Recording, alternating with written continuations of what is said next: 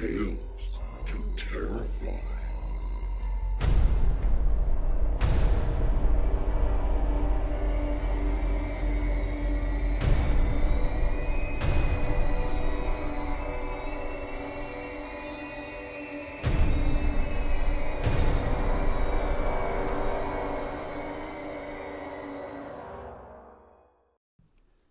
Good evening, children of the night. Welcome again to our hideaway in the woods, away from the eyes of the day-to-day world. Come on in from this cold for a few stories that we might hear. I did want to let everyone know that Robin Bradshaw has reached out to me to let me know that she and David Bradshaw, who you will recall ran a very successful Kickstarter for his album Songs from the Former Country, which we promoted, is putting together a bit of audio about the project and about the song that was done specifically for Tales to Terrify.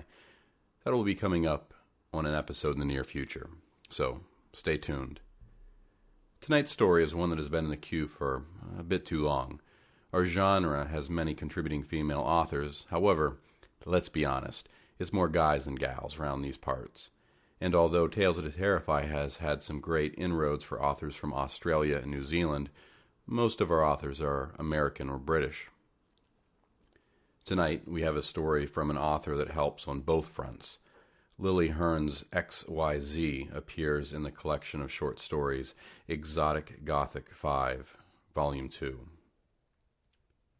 A bit about the author, or should I say authors.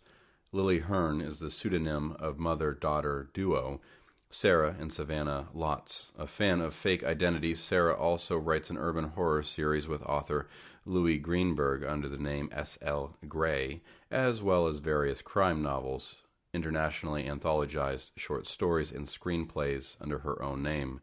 Savannah, a die-hard fantasy fanatic, is currently in her second year studying screenwriting at the University of East Anglia. The books published under the Lily Herne name include her Deadlands series, which are zombie books. Now, you know me, I'm a zombie fan who will tell you that zombie stories are either a very solid hit or a very sad miss. This story, XYZ, however, doesn't really have any zombies in it. What I expect it will have is your attention. I really like this one. Werner can't imagine anyone in their right mind wanting to buy this dump. It's only been a couple of months since his grandfather died, but the farm looks as if it's been left to decay for years. The driveway that snakes through the orchards is rotten with potholes, and the once lush apricot trees now resemble arthritic skeletal hens. At least the house itself looks relatively sound, albeit far more inhospitable than he remembers. It lurks at the edge of the orchards, in a naked patch of dust, its slate roof brooding over the stoop. The late afternoon light is fading fast, turning its windows into flat black eyes. His breath smokes, and he stamps his feet to spark life back into his toes. He knows winter can hit the Klein Karoo hard, but it's as if the cold has bypassed his flesh and sunk straight into his bone marrow. He should get inside before he freezes, but he's not ready to confront the house's interior quite yet. He zips up his anorak and hurries towards the path that leads to the compound where the farm labourers used to live.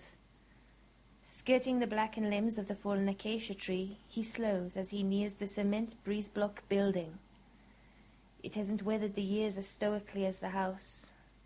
The fine-bossed thatch is bald in places, and several of the doors hang drunkenly off their hinges.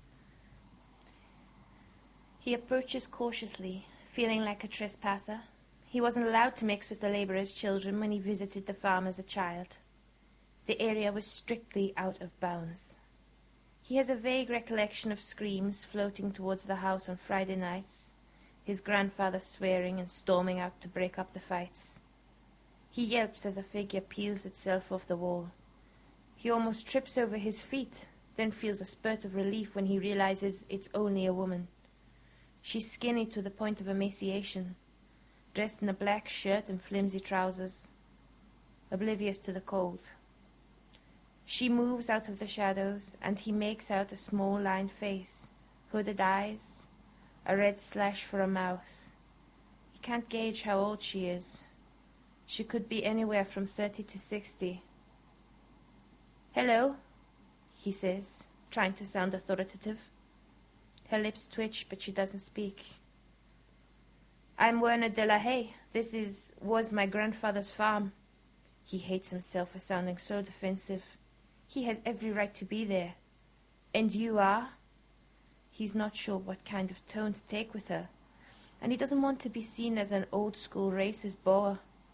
But what if she's a trespasser, a squatter? He doesn't know much about the law, but he knows squatters have rights these days. He'll have to tread carefully. "I'm Elaine," she says, as if he should know exactly who she is. "You the Muffy?" Werner winces, as if he's been slapped, feels blood rushing to his frozen cheeks. That word, Muffy, has his grandfather all over it. But at least she speaks English. I'm not... Did you work for my grandfather?" "Ja." She scratches her thigh, says something in Afrikaans. Is she laughing at him? He can't tell. The girls at the office used to make fun of him. He was always the last one to get the joke. It had been a relief to give up work to care for his mother. "And do you live on the property?" The compound looks barely habitable. But she can't be living in the house, can she? "Ja." "I'm here to sort the house out. You know, make sure everything's ship-shape. Check there aren't any leaks, burst pipes, that sort of thing." Nervousness is making him babble. Should he tell her he's putting the farm on the market? No. He doesn't want to get into that sort of discussion right now. Still, at least there's someone else on the property. He won't be entirely alone. "Do you know, is there still electricity in the house?" He almost hopes there isn't. If not, it will give him an excuse to drive into town and find a guest house. Not that he can afford it. A shrug, another jar. Something shifts in the dark mouth of the doorway behind her. "Is there someone else living here?" "No." An awkward silence stretches. "Right, I'd better get going." He turns away, feels her eyes on his back as he makes his way back towards the main house. Why didn't Tanny Sunette mention anything about a woman living on the property when she came down from Bloem to sort out the funeral? But she's in her 80s, after all. It's doubtful she would have thought to check the compound. And right now he has more pressing matter to deal with. He can't put it off any longer. He has to go in. He steps up onto the stoop, shocked that there isn't a security gate barring the door. It's a wonder the old man didn't get murdered before the stroke took him. The key slides easily into the lock. The door creaks open, and the house's fetid breath rolls out at him. Must, dust, and something else. A trace of a feral odor, as if an animal's been in here. But the last of his grandfather's irascible farm dogs must have died aeons ago. How long did his grandfather's body fester in here until it was discovered? Did she find him? Elaine? It hadn't occurred to him to ask. He gropes for the light switch, breathing a sigh of relief as the lights flicker on, banishing the shadows. "Hello?" He's not expecting an answer, of course, but the sound of his voice makes him feel more confident. The house seems to exhale in response. He picks up the phone on the hall table, listens to dead air. He digs his cell phone out of his pocket, checks again for signal. Nothing. He'll have to drive into town in the morning to call his mother. His spirits lift slightly as he pokes his head into the kitchen and sees the yellow wood table and floor are reassuringly clean and free of dust. Is the woman outside responsible? He opens the fridge. It's spotless, but it's so frigid in here he can't tell if it's working. Cans of tomato soup and baked beans are piled neatly on the sideboard. He tries the tap. The pipes thunder, then spew out a barrage of brown water that eventually runs clear. He heads across the hallway towards the lounge. The couch he remembers from his childhood, a scuffed brown leather monstrosity, still dominates the room. The only new addition is an ancient TV set. A large cream-colored book on the coffee table catches his eye, and an old sense of dread scrabbles free from its lair at the edge of his mind. He knows this book. He traces the gold-embossed letters scrawled on the encyclopedia's spine. X, Y, Z. Apart from his Uma's old Bible, it was the only book his grandfather kept in the house. He retreats, feeling whisper-light legs skittering over his skin. A heaviness settles in his chest, and he's overwhelmed with the longing for the sterile flat he shares with his mother. Their clutter-free flat, with its stark white walls and shiny tiles. As his mother is always saying, clutter only adds to the places where they can hide. The house is full of nooks and crannies. Every eave and corner and dark surface is a potential hiding place. But he can't let his mother down. He has to be brave. He takes a deep breath and steels himself to explore the floor above. The room in which he and his mother used to sleep is full of broken furniture and old suitcases.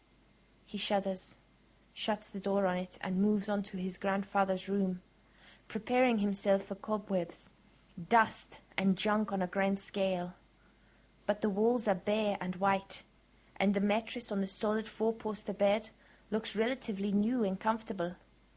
He remembers his mother telling him that his Uma brought the bed with her from Holland. It must be worth a fortune. He needs to concentrate on that and not worry about other things. He realizes that this is probably where his grandfather died, but he can't detect any odor other than the stale air of disuse. And it's not ghosts or spirits or any of that nonsense that's worrying him. He'll sleep in here. Despite the lack of curtains or carpeting, it feels safe, almost warm. He pokes his head into the bathroom at the end of the corridor. The water in the lavatory is brown, but otherwise it looks clean enough to use. And mindful that it won't be long before it's fully dark, he scurries downstairs and out to the car to fetch his pillow and sleeping bag. He hesitates outside the lounge door. Then, not quite sure why, he darts in and collects the encyclopedia. There's nothing else to do but go to bed. He removes his shoes, finds himself pulling his socks over them, something he hasn't done for years. He's woken from a dreamless sleep by his aching bladder. Shivering as his bare feet meet cold wood, he hurries into the bathroom. Relieving himself, Herne runs through what he needs to do today. Top of the list is meeting with an estate agent. Just the thought of dealing with strangers exhausts him, but he has to be strong. He can do this. The farm has to sell. It's that or find another job, head out into the world every day and leave his mother. He's about to flush when his peripheral vision catches a flicker of movement high on the wall to the left. He's almost too afraid to look.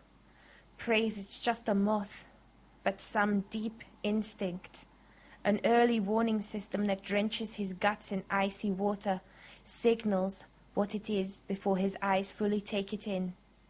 His bowels cramp, his limbs lock. It dances down past the doorframe, moving impossibly fast, pausing as its legs encounter the edge of the mirror. It's a rain spider. Bulbous body and unbearably long legs. Herne identifies it immediately. He's made it his business to learn everything about them. Before panic overtakes, he shoots out of the bathroom, slams the door behind him. He can't bear the thought of it whispering away, perhaps skittering into his grandfather's bedroom. What the hell is he going to do? The one and only time he's discovered a spider in their flat, his mother had asked the block's caretaker to remove it. Then he remembers the woman, Elaine. Herne drags on his shoes, tears down the stairs and sprints towards the path at the back of the house. He's panting when he reaches the compound, almost screams as he trips over a branch, startling an anemic chicken that's been lurking in the rusting farm equipment. "Elaine!" There's no sign of her. He's reluctant to get any closer. Who knows what could be breeding in the thatch? He jumps as she steps out of the shadows of a doorway. She's wearing a sweatshirt and tiny denim shorts, and his eyes stray to her legs. They're long and brown, covered in downy hair. Incredibly, she's barefoot. He clears his throat. "Sorry to disturb you, but, look, can you come help me with something?" In the house? A slow smile. Her eyes seem to settle in the region of his crotch. Werner feels himself blush. "Please, if you're not too busy." "I'm not busy." "Great. I'll wait for you by the front door." He hurries back towards the house.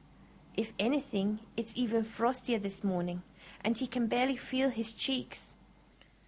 But the last thing he wants to do is go back inside. If he had his car keys on him, he probably wouldn't be able to quash the temptation to drive away for good. She appears 5 minutes later. He's relieved to see the shorts have been replaced by tracksuit pants, but she's still barefoot. Her wrists and ankles are scrawny, the bones sharp and pronounced, as if they're trying to escape from her skin. "What is it?" she asks. He doesn't know quite how to word it. He's a grown man. What will she think of him? Upstairs in the bathroom." It takes all of his courage to climb the stairs, but he feels slightly reassured as he hears her footsteps behind him. He hesitates outside his grandfather's room. Would you mind?" He nods to the bathroom. She shrugs and he makes himself follow her. She opens the door and peers around her. His heart thumps.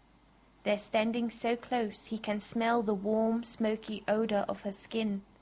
It's still there, on the wall, taunting him. It's a phobia. Stupid, I know, but... He waits for her to laugh, make fun of him, but instead she slides straight into the bathroom. "Hang on, don't you need a glass or something to..." She turns and grins at him, holds up her hands and waggles her fingers.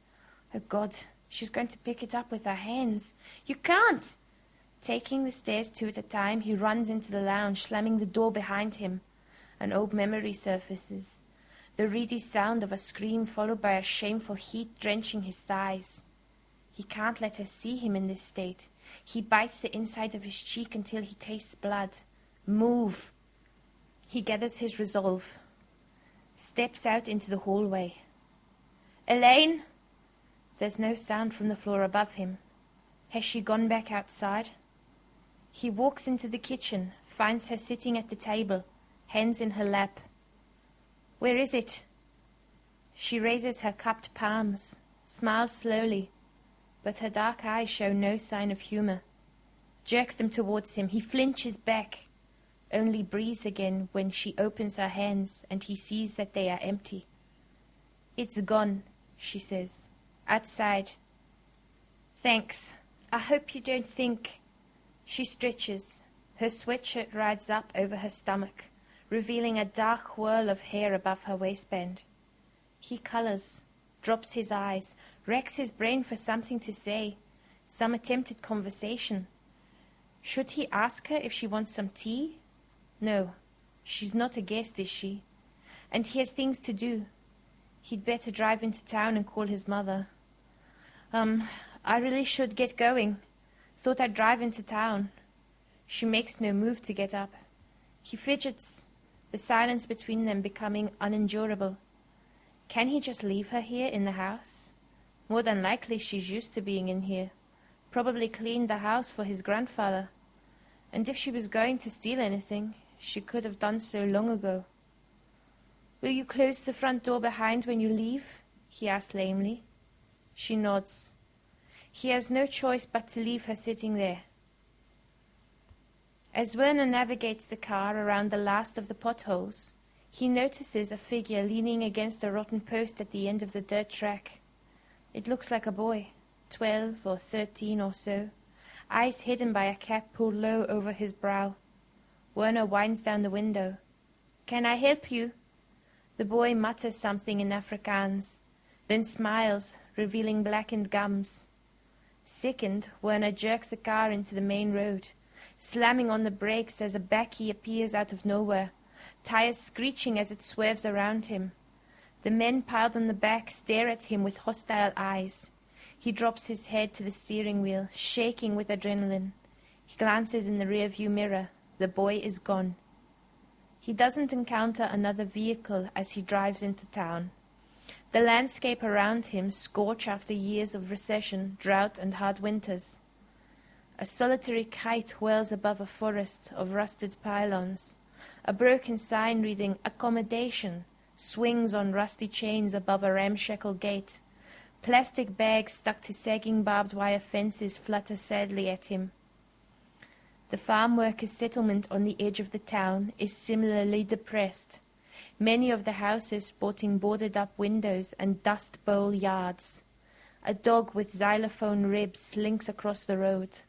A clump of children with skinny limbs and vacant eyes of fetal alcohol syndrome show little interest as he passes. As he pulls into the main road, Werner sees with dismay that the town's only estate agency is shut, even though it's Saturday. The town is not so much sleeping as locked in a coma. The farmer's co-op is now a grimy superette, hemmed in by 2 bottle stores. A solitary yellow van idles outside the police station. Even the Dutch Reformed Church looks as if it's about to crumble into the Karoo dust. Double-checking that all his car's doors are locked, Werner bustles into the superette, breathes in the scent of decaying meat. He's reluctant to buy anything edible here. The vegetables are limp. The filthy freezer contains nothing but a few packets of battery-farmed chicken drumsticks. He'll have to drive the 30 k's to the next town for supplies. But he can live for a few days on the tins in the kitchen. He heads straight for the hardware aisle, fills his basket with insect repellent and several heavy-duty foggers he's fairly certain aren't environmentally ethical. Back in the safety of the car, he calls his mother. The signal is poor, but he's able to reassure her that he's fine. He doesn't mention this morning's incident. He doesn't mention Elaine. When he returns, he's greeted by canned television laughter. His heart sinks. She's still here. He walks heavily into the lounge, finds her stretched out on the couch, her dirty feet hanging over one of its arms. He's grateful to her for helping him out this morning. Of course he is. But he has to make it clear that she's outstayed her welcome. He holds up the plastic bag filled with cans of insecticide. "Do you mind going back to your room?" He tries to keep his tone light, as if they're sharing a joke. "This stuff is poisonous." She continues to stare at the television. Didn't she hear him? He opens his mouth to repeat himself, but before he can speak, she swings her legs to the floor, stands up abruptly, and slides past him. He shivers as her arm brushes against his. He waits until he hears the front door slam, then gets to work placing the foggers in each of the rooms. With 4 hours to kill before he can safely return to the house, Werner decides to explore the rest of the farm. He wanders through the orchard, snapping branches at random to check for signs of life. All are as brittle and lifeless as chalk. He's about to head up to the dam when he catches sight of Elaine sauntering down through the trees towards the main road, hips switching as if she knows she's being watched. He waits until she's out of sight, then jogs back in the direction of the compound. He hasn't forgotten the boy he saw loitering at the end of the driveway. He needs to be sure there's no one else living here. Werner inches closer to the doorway in the center of the building. Her doorway. It hasn't occurred to him how she manages to survive now that the farm is no longer a going concern. It really is bleak out here, probably devoid of electricity or running water. How can she bear to live like this? Rationalizing that she must be used to it, he smothers a trace of guilt. Double-checking to ensure she isn't about to return and catch him snooping, he leans forward and peers inside. Apart from a rusty wood-burning stove, there is no furniture, just a bundle of blankets on the floor, scattered with leaves and earth. He shudders again, feeling the echo of insectile legs on his skin. He's read that baboon spiders burrow into the ground, creating secret nests where they wait in the dark to spring out at unsuspecting prey. And this, he realizes, is exactly what Elaine's room resembles, a nest. He retreats, imagines a long spiky limb snaking out of the blankets, wrapping itself around his thigh and dragging him into the room's depths. He hurries back to the relative safety of the house, reassured by the lingering chemical odor in the hallway. He'll sleep well tonight. He jerks awake, automatically groping for his useless cell phone. It's still dark outside, the heavy darkness that comes just before dawn. The house creaks, and he jumps as he hears a scratching sound in the corridor outside his grandfather's room. Feeling as exposed and vulnerable as an Amaqualan slug, he ekes the door open. He holds his breath, expecting to see a rodent of some type, but the corridor is empty. A primal dread inches its way up from the depths of his belly. Another creak. This one, he's almost certain, coming from the floor below. He knows with the certainty that only comes at night that there is something waiting for him at the foot of the stairs. A dark mass of legs and hair and obscene mouth parts. He wishes he had a weapon of some sort, a shotgun, but his grandfather hated guns, refused to have them on the property. He reaches across the bed and caresses the book's cover, and this time he remembers. He's sitting on a rug in the lounge, paging through the encyclopedia, half listening as his mother complains about the heat. She's lying on the couch where she spends most of every day fanning herself with an old You magazine. He looks up, confused, as she stops talking mid-sentence. She's clutching her throat, her mouth slack with horror. He follows her gaze, sees it skittering towards him across the floorboards, a big one, bulbous body, meaty limbs. His mother lets out a thin, reedy scream. It's heading straight towards him, but she's infected him with her panic and he can't move. He's paralyzed. It stops a meter away from where he's sitting, its front legs stroking the air. It's so close he can make out its eyes and the individual hairs that coat its legs. Footsteps thunder as his grandfather storms into the room, a huff of disbelief. "Stop that screaming, Mary. It's just a bleary insect. You want to turn the boy into a muffy?" His grandfather bends and fills his vision, hands him the encyclopedia. "Go on, son, deal with it." Werner feels his bladder letting go, hears his grandfather growling in disgust, feels the side of his head explode as a heavy hand whacks his ear. Despite the frigid air, Werner realizes he's sweating.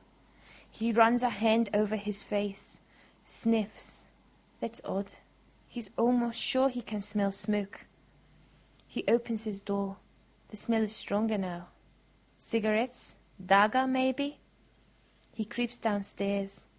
The lights are off, but he left them on, didn't he? He peers into the lounge and sees her, lying on the couch again, wrapped in a dark blanket, a cigarette drooping from her fingers. "You're smoking! You can't smoke in here!" He can feel his lips trembling with indignation. How dare she? She stretches languidly, the blankets falling from her shoulders. He can't read her eyes. From where he's standing, there are nothing but inky holes in her skull. She drops the cigarette into a teacup that's lying on the floor next to the couch. "What are you doing in here, Elaine?" "It's cold out there. I'm not doing any harm." "How did you get in?" His grandfather must have given her a set of keys. He'll have to get them back. "You let me in." "I mean now." She shrugs, turns her attention back to the television. What should he do? He can hardly kick her out in the middle of the night. What if she refuses to move? She's skinny, but she looks strong, and the last thing he wants is some sort of confrontation. No. He'll deal with it in the morning. He crawls back upstairs, dives into the sleeping bag, shuts his eyes and waits for the night to end. He can't breathe. He can't move his arms or legs. They're gripped, no, cocooned, in a warm, scratchy embrace. Sharp fingers dance over his arms, scrape his chest, chitter down his stomach to his groin. He gasps for air, betting the space about his head. But there's nothing there, nothing in the room. He sits up, realizes that his pajama bottoms are damp and sticky. Flushed with shame, he pads into the bathroom, checking first to ensure it's free of any of them, and cleans himself as well as he can with toilet paper and cold water. He's almost afraid to go downstairs. What if she's still there? But he knows the answer before he reaches the foot of the stairs and hears the orchestral swell of a movie soundtrack. She's still lying on the couch, an old black and white movie playing fuzzily on the television. He clenches his fists, digging his nails into his palms. Elaine, you can't stay here. It's not what, right? It's possible his grandfather may have let her sleep in here occasionally, but why should he? She kicks the blanket away from her legs. She's wearing nothing but a flimsy t-shirt and those denim shorts. He colors, tries not to stare at her breasts. It's just, look, you can finish watching the movie, but then I'll have to ask you to leave. Please, be reasonable. This isn't your house. She yawns. Her teeth are long. Too long, he thinks. Incisors crooked. No, she says. I belong here. I've always been here. Werner isn't sure what to say to that. It's been over 2 decades since his mother brought him here for the summer holidays. Could Elaine have been living here then? He has no way of knowing for sure. When he was a child, the farm workers were like an alien species, so far removed from his existence they barely registered on his radar. It can't be helped that the farm has to be sold. She must leave, and he refuses to feel guilty at ousting her from her home. Elaine, look, the farm is being sold. You have to leave, find somewhere else to live. Where? Again he's left floundering for a response. But she must have family somewhere, surely. That's up to you. You can't stay here. She smiles an empty smile. I could bring them in. I could go outside and bring them in. Bring what in? You know, the Gogas, the big ones, the spiders, she hisses. She wriggles her long fingers at him, and then, eyes piercing his, she dances them down her belly. He gasps as she plunges her hand beneath the waistband of her shorts. A ribbon of laughter follows him as he makes his way for the safety of his grandfather's room. Werner endures another gut-wrenching night, knowing that downstairs Elaine is making herself at home, digging her heels in, littering the lounge floor with her clothing and belongings, nesting. He spends most of the following day skulking in his grandfather's room, emerging only when hunger gets the better of him. Even then he scuttles straight to the kitchen, hardly daring to glance in the direction of her lair. He needs to phone his mother. Knows that she must be frantic with worry. Never mind that he still has to arrange a viewing with an estate agent. But he can't leave the house. What if Elaine makes good her threat? What if he leaves and returns to find his clothes and sleeping bag alive with baboon spiders? He supposes he could go to the police, but what would they say? They laugh at him. His only other choice is to drive back to Cape Town. He can't bear the thought of his mother's disappointment when he returns to the flat, tells her what's happened, that he's allowed a squatter, a woman, to get the better of him. As night falls, he paces, sick with indecision. Exhausted, he finally crawls into bed, drags his pillows over his head. He wakes to the sound of laughter, the rumble of voices. This time, it's not the television. He's sure of it. Is there someone else in the house? Has she brought someone else here? It's the last straw. It can't go on. His pulse throbs in his ears as he steals carefully down the stairs and skulks down the hallway. He tiptoes towards the lounge door.